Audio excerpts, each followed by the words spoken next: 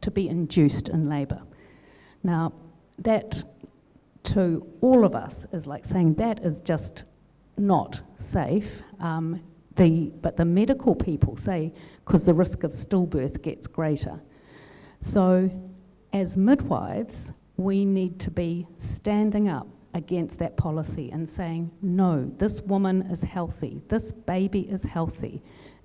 She is, bringing her in to induce her puts her more at risk.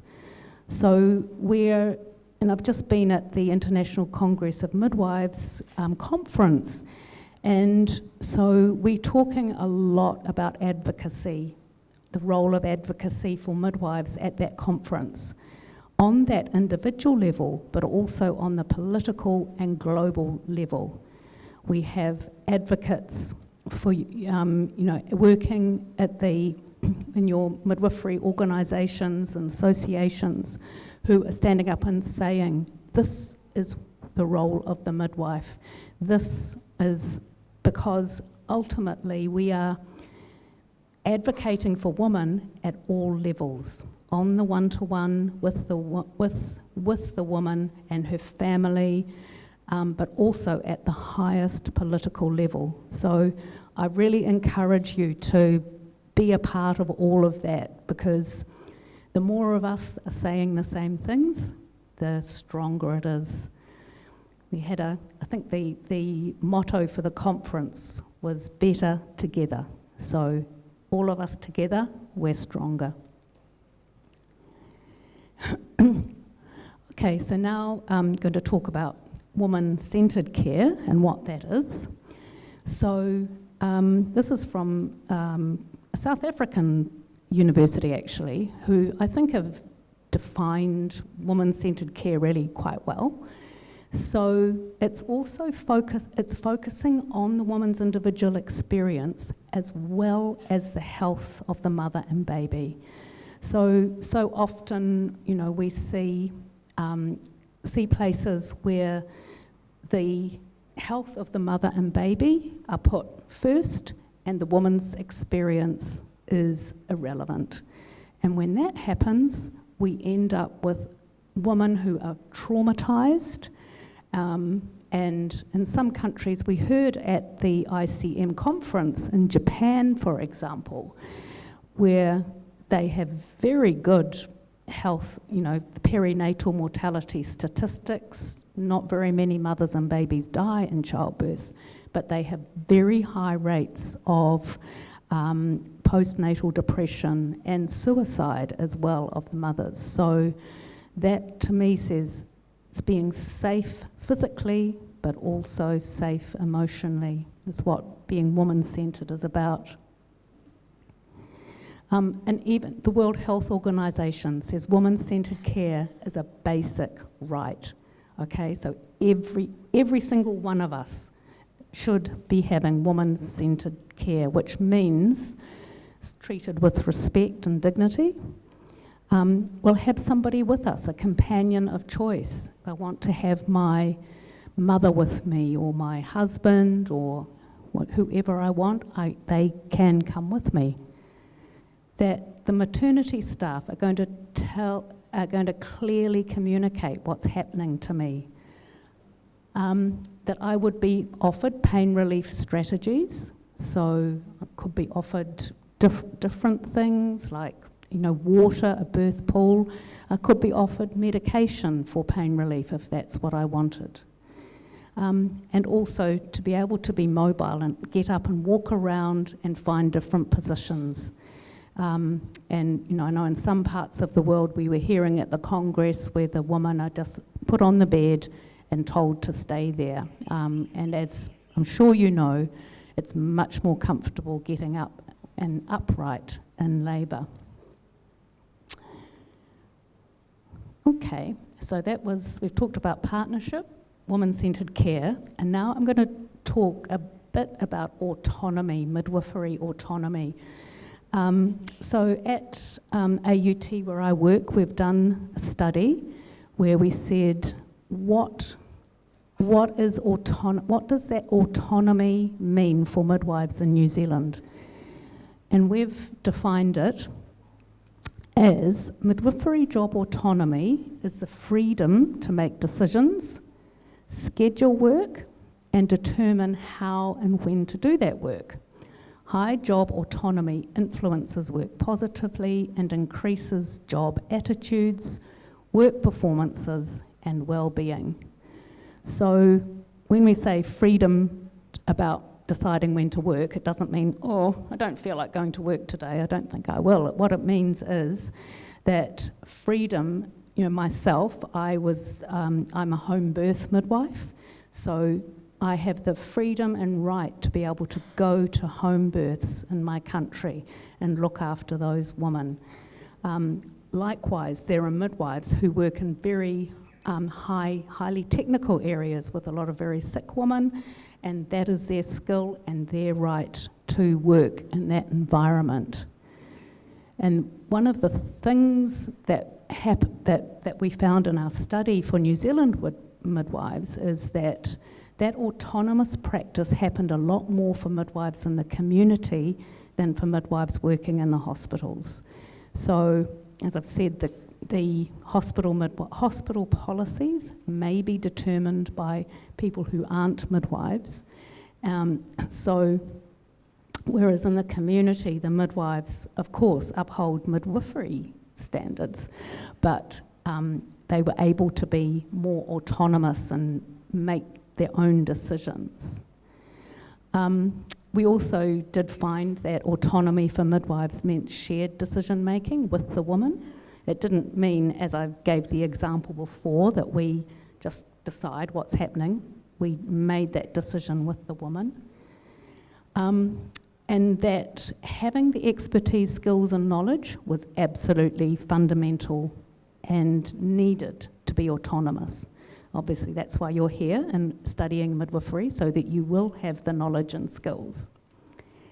And the relationships, collegial relationships, so that's relationships with other health professionals, can either support, and so we respect the obstetricians, the paediatricians, and they respect midwives, we have that mutual respect, then that is what supports autonomy way more than if you have a power differential.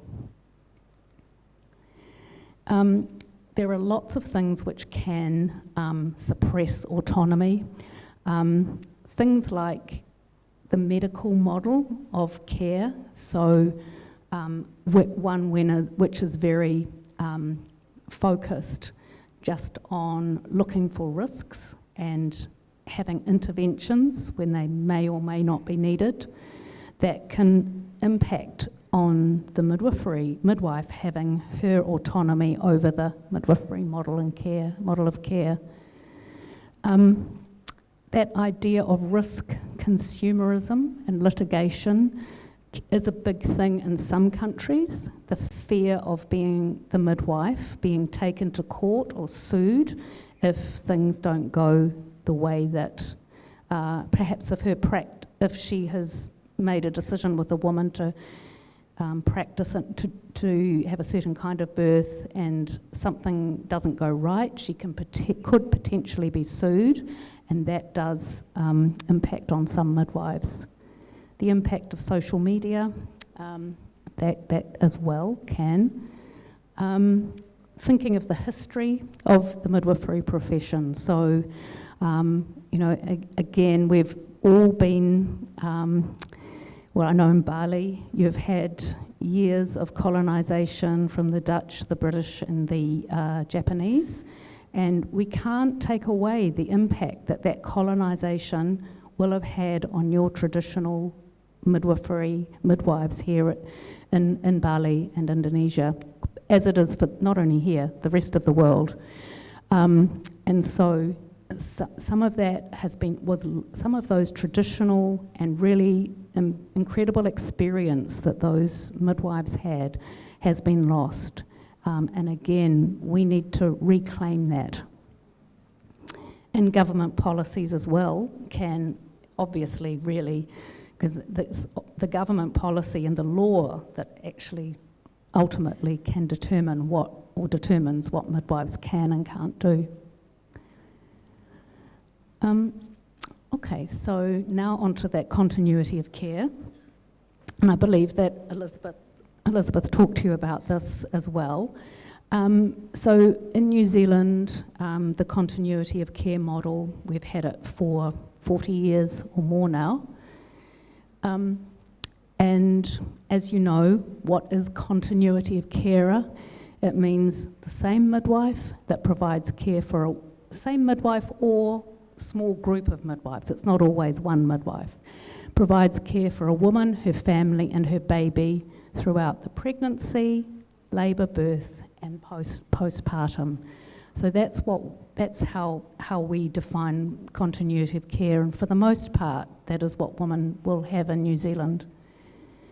And I don't know whether Elizabeth talked about this, but Jane Sandell and her colleagues have done a Cochrane review looking at does continuity of care make a difference, and of course they've found that less likely to have regional analgesia, so an epidural, less likely to have an instrumental birth, less likely to have a preterm birth, premature birth, and less likely for the baby to die. And that's all through continuity. More likely to experience a spontaneous vaginal birth, and no differences between the groups. So it seems that continuity of, it shows us this, Cochrane reviews and other studies have shown us clearly that continuity of care not only makes a difference to the outcomes, but makes a difference to the woman and her family's experience. So in Aotearoa, New Zealand, we are fortunate. We have fought long and hard, midwives and women, to be able to have a system where all women can have their own midwife. And at the moment, and so the own midwife is what we call now a lead maternity carer, or you'll hear me saying LMC, is a community midwife who provides continuity of care to a group of women, maybe on her own or with her midwifery practice. Midwives in New Zealand also work in hospitals and can be employed and do rostered shifts. So they can do some aspects of continuity of care, but our real main continuity of care is that LMC community midwife. And I checked the other day, 96% of women in New Zealand have a midwife as her LMC providing continuity of care. So we are community-based, we are self-employed, we contract to the government. So this scheme is government-funded, taxpayer-funded, so it's free to the woman if she's a New Zealand citizen. And so women can contact us, say, could you be my midwife, my baby's due in September, and have the discussion and so on, and then the woman and the midwife meet, they have their pregnancy checkups. The midwife can then has an access agreement, so depending on where the woman is deciding to have her birth, whether it's in the hospital, a birthing centre or at home, the midwife can go with her to wherever she's having the baby. 95% I've got on there, but it's been updated now since I did this. So, for that to all happen, it didn't happen overnight. It was women and midwives together lobbying politicians, and we were very lucky that we had Helen Clark, who was the Prime Minister at the time, who was very, very supportive of women and midwifery. And so the law was changed in 1990, gosh, that's 43 years ago, which allowed midwives to take that full responsibility for women throughout that period from pregnancy, birth and postnatal. Prior to that, Midwives weren't legally allowed to. Women had to be under the care of a medical practitioner, an obstetrician or a general practitioner. We also needed to be able to prescribe medicines for the mother and baby that hadn't been allowed for previously, order blood tests, ultrasound scans, and then also to be able to make referrals. So the midwife on her own account and with the discussion to the woman, when there are complications, can clearly refer to the specialist person that the woman needs to go to. And that's also allowed for what is the standard now is a bachelor's degree. Used to be called direct entry, but it's what you're all doing now. You're doing a bachelor's degree in midwifery. Prior to that, only nurses could become midwives and do a short diploma. So as lead maternity midwives, we contract to our Ministry of Health, and we can claim money for what they call modules, so bits of care, so first assessment, first trimester. You see, I mean, these are some examples of the things which we can claim for. So say the lead maternity carer, labour and birth services, that's a sum of money. We get a little bit more if it's a first baby, and a little bit less if it's a subsequent birth or a second baby or more. We get a bit more for a vaginal birth after caesarean, the VBAC that I've got written there, because there's a big, obviously, to try to encourage us all to not assume that once you've had a caesarean, you're always going to have a caesarean, because that's shown to contribute to maternal mortality in some places. So, so that's just to give you an idea of how we get paid. So, if you're on the lookout for a midwife, there's a website you can go to, Choose Your Midwife, and midwives put up a little bit of information about how they work and where they work, and a calendar about when they're available. So if you're looking for a midwife, then you can look on here and say, oh, I really like the look of her, and yes, she's got some availability. I'll give her a call and we can have a chat. Doesn't necessarily mean that you're going to sign up with her. So, but I will say that at the moment, as we have worldwide shortages of midwives, it's become very, very hard for women to even find a midwife, especially in rural areas where there might only be one midwife. And so that's a whole other issue, but that's why you're here as students, is so that you can come and work with these women who need you so badly. So we tend to work in group practices in the community.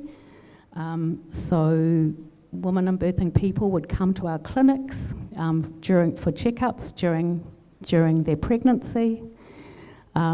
We then provide the labour and birth care in the place of what that woman's planned, and then follow up for 4 to 6 weeks after the birth. And then that's the end of what is government funded in our country. I know that in some places the care can go on for longer.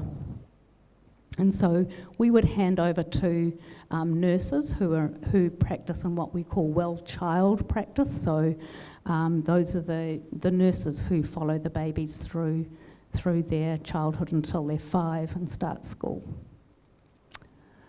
So, does it make a difference? Because, we do all of this and we always have to ask ourselves, does it make a difference? And, we are lucky, we're a high-income country. We, our infant and maternal mortality rates are low anyway. We're well-resourced. But as you can see, the infant mortality rate did decrease slightly between 2008 and 2020, which was a good sign. But the most important thing is that women are always asked about their care afterwards, and I think that consumer or the parent satisfaction rate is high, 77%. So that to me is a really important measure. But as our research is showing us, there's still work to do. There are some women who are missing out, women who will live in areas where there aren't many midwives. Maybe they don't know how to contact a midwife, maybe can't travel to appointments, and so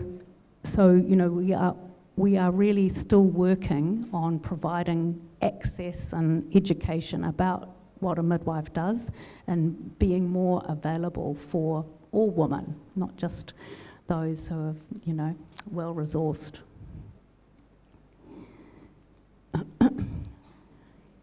And then the other area that I was just going to quickly talk about is educating midwives for this autonomous practice. And I think what we've found in New Zealand is that the key is heaps and heaps and heaps of clinical practice. And as I put there, practice, practice, practice. That hands-on practice. And we have published an article with one of our doctoral students, Corina, who did her doctorate with us, about strengthening midwifery education in Indonesia. And that was clearly the thing that she found that stood out from about Indonesia. And lots of practice, but also practice supervised by midwives, not nurses or doctors, midwives supervising student midwives. Finding ways to provide continuity of care that students can follow through the woman through her whole experience, and working alongside professional midwives, and also working in villages. So if it's possible for student midwives to spend some time in the village, working in the villages with professional midwives, from Corina's study really helped those students to develop on autonomous practice. So, which is what you're all going to be doing in a year or two. And that's just, if you want to find out about midwifery education in New Zealand, there's an article you could read. It's a 4-year degree, just like yours. There is a lot of practice, so 2,400 hours of practice, and also the same as theory, so 4,800 hour degree. And then at the end of all of that, we've talked about partnership, continuity of care, autonomy, education, all of these things. This is how we are going to grow a midwifery workforce that is going to serve our mothers, babies, families around the world. And that just gives me very heartened to see so many of you here. And so, thank you very much. And any questions?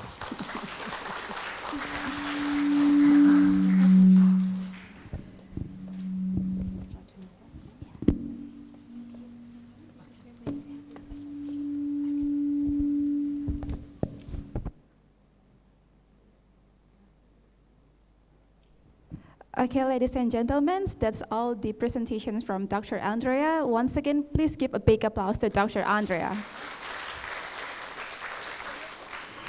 Okay, ladies and gentlemen, now we will proceed to the discussion session.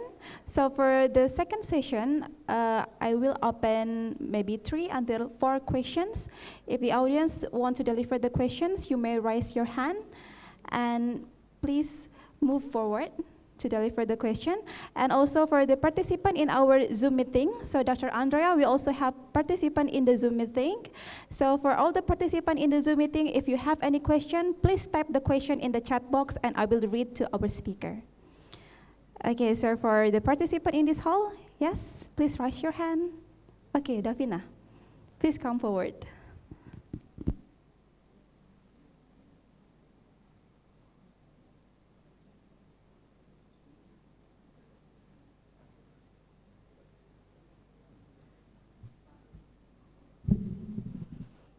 Hello, good afternoon, Dr. Andrea. My name is Davina. I'm a student of Midwifery Bachelor Study Program of Institute of Technology and Health of Bali. And thank you for the opportunities you've given to me. I want to ask about autonomy in midwifery. As we know, all of profession in Indonesia or in other country has autonomy.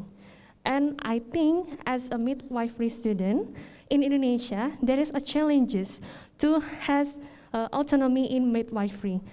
So I want to ask you, and I want you to give me a suggestion how we can get autonomy in Indonesia, because in Indonesia there is a lot of profession that has all similar act like a midwife. I'm sorry if I can tell you very quickly. Thank you.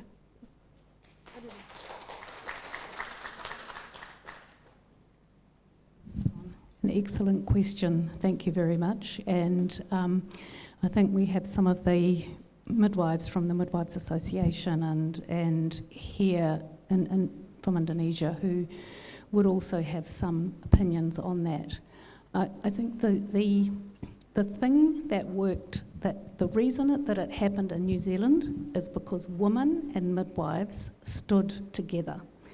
And the women said to the politicians, we want our own midwife, and we want our midwife to do everything for us. We don't want to have to go to a doctor, and if we don't need to. So I think a lot of it comes from partnering between midwives and the women we serve and the families we serve, so that creating a real lobby for two governments. But as well as that, getting involved in the midwifery associations and your organisations, because those organisations are the ones who, on everyday basis, aren't you, Ibayum, is actually talking to government and policy makers about making such changes. And I think the other way is to show them the information and the data and the findings, how it makes a difference to have your own midwife who's autonomous. So we'll stand with you. It's the hardest thing in the world, I believe. Yeah.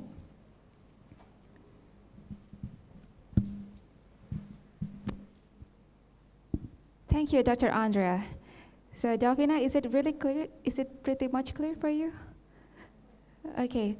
Now I will open to the second questions. For the audience who want to deliver the question, please raise your hand. So it is okay if you deliver the question in Bahasa Indonesia, because we will help you to translate it into English. So you can raise your hand.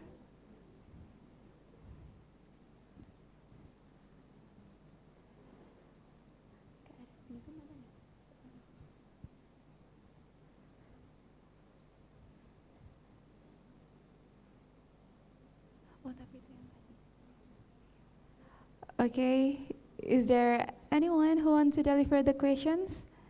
Maybe from the lecture, we have some of lecture that coming from the another institutions in Bali, the lecture in midwifery. So, untuk ibu-ibu, apakah ada yang ingin bertanya? Saya persilahkan.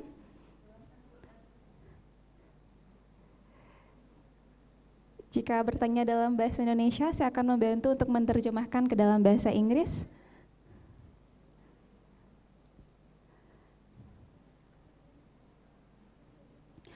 Okay, we have one question from our students.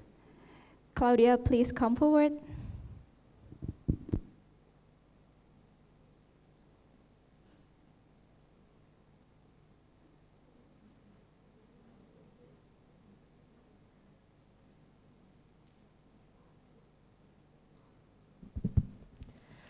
Hello Miss, mohon maaf saya bisa pakai bahasa Indonesia ya Miss ya. Oke, tadi di pembicara pertama itu bahas tentang continue of care, bahwa pada saat pasien pada saat pasien itu dia dari hamil, melahirkan hingga postpartum itu di bidan yang sama. Sedangkan tadi ibunya membahas tentang yang continue of care juga. Saya ingin bertanya, apakah di New Zealand juga sama seperti yang di Kanada bahwa satu pasien itu cukup satu bidan, atau boleh pasien ini datang ke bidan yang berbeda-beda saat hamil, melahirkan, atau bahkan pemeriksaan postpartumnya? Baik, seperti itu. Thank you. Okay, Dr. Andrea, so we have one question from our students. So she asks, in New Zealand, how is the mechanisms of continuous care in New Zealand? Is it one midwifery, one midwives for one patient, or maybe one patient could come to different midwives during their pregnancy until the childbirth? Could you please explain to us? Thank you. Thanks, Claudia. Thank you. Yeah, so it is, so how can I explain this? So the lead maternity carer is one midwife, and I showed you how women can go on the website and choose a midwife. So say, Claudia, you've come to me, you've chosen me as your midwife, then I would arrange to meet you and start your pregnancy care and your plan. I would probably, in fact, I would always work with another group of midwives, probably, a smallish group, between 4 to 6 other midwives, and you would meet them as well during your pregnancy, so that, because there could be some times when I couldn't, say you come into labour and I was with somebody else, I could call in one of my colleagues to come and look after you. So in the sort of complete ideal, I suppose, it would be one midwife and one woman throughout absolutely everything. But in practice, what would generally happen is one woman with a small group of midwives. But the key is that you know who we all are and you understand that right in the beginning. Is that what you were? Oh, you might need to. Yeah. Okay, so basically in New Zealand, you work with a small group of midwives to handle one patient, right? Okay, thank you so much. Okay, untuk Claudia tadi, jadi kita bekerja di small group atau grup kecil dari bidan. Jadi di grup kecil ini terdiri dari sampai 4 orang, dan untuk menghandle satu pasien ini ya small group ini yang akan menghandle dari mulai antenatal care sampai nanti setelah selesai melahirkan, seperti itu. Apa cukup jelas? Oke, baik, untuk ibu-ibu mungkin ada yang bertanya atau adik-adik yang ingin bertanya. Davina, you have question again? Okay, please come forward.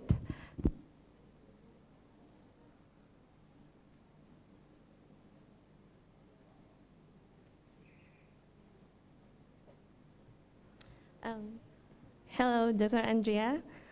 It's me again. I'm Davina. As you explained before, you said in New Zealand has an innovation to make a website so the woman can choose the midwife that they want. And as a midwifery student, I think it's a good innovation to use in Indonesia. And my question is it any obstacle when you or other women in New Zealand to use the website? If there are any obstacle, so we can get any solution that we can use in Indonesia. I think that's all. Thank you.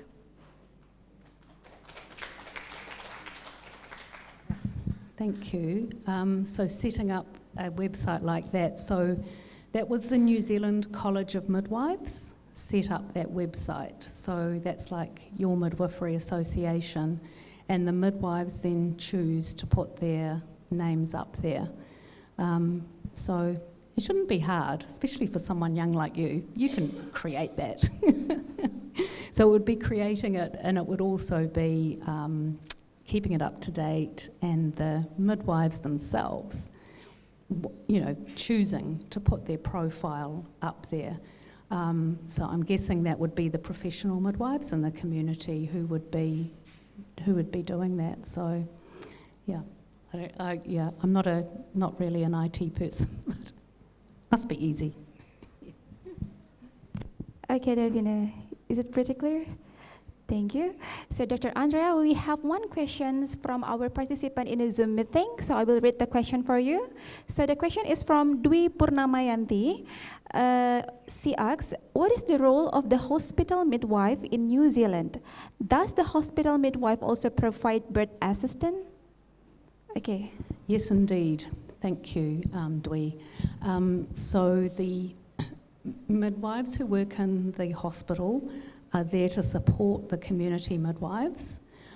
So if I'm coming into the hospital with somebody in labour and maybe she needs some more help, she might need syntocinon infusion, epidural, then the hospital midwives can help me with that if needed.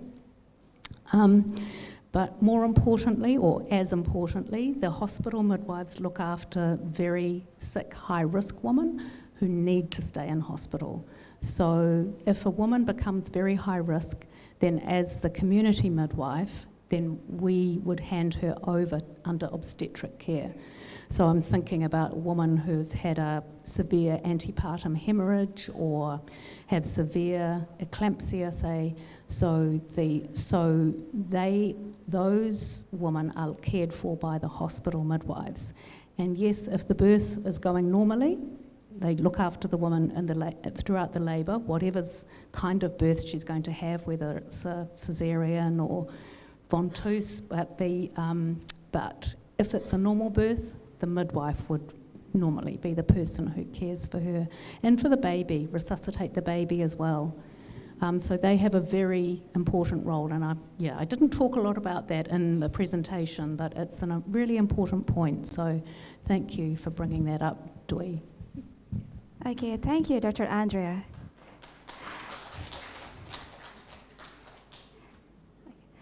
Okay, for the participant, is there still another questions? Maybe if you want to deliver the questions, we still open one more questions before we close this second session.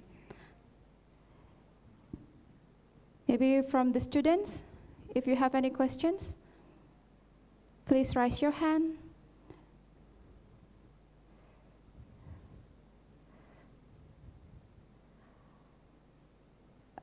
Okay, so I think all the participants already, enough to get the information from Dr. Andrea. So this is the end of our second session of the guest lecturer that hosted by Bachelor of Midwifery ITEKES Bali in collaboration with ITEKES. So once again, I would like to say thank you very much for Dr. Andrea Gilkinson for sharing the informative and also interesting topic.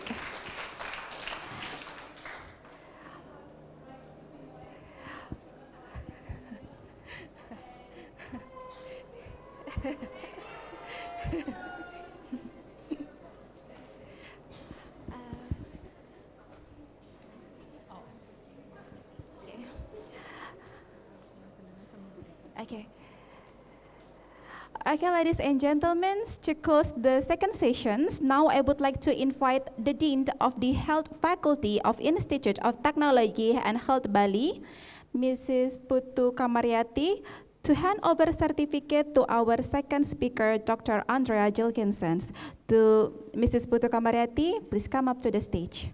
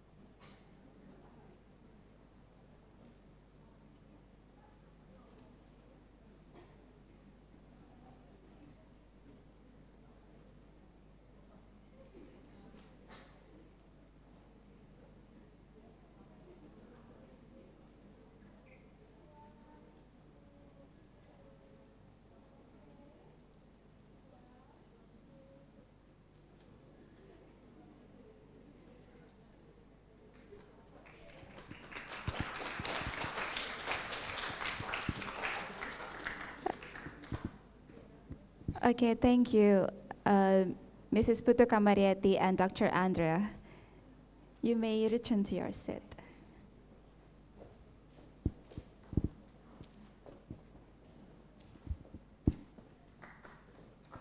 Okay, once again, please give a big applause to our speaker.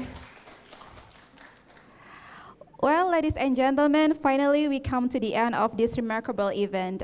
So I'd like to thank all the speakers for the informative and interesting presentations, and also I would like to express my heartfelt appreciation for all participants. Thank you for your active participation, insightful contribution as well. And the last, I would like to thank the committee for organizing this event. So for everyone, good afternoon and have a wonderful day. Thank you.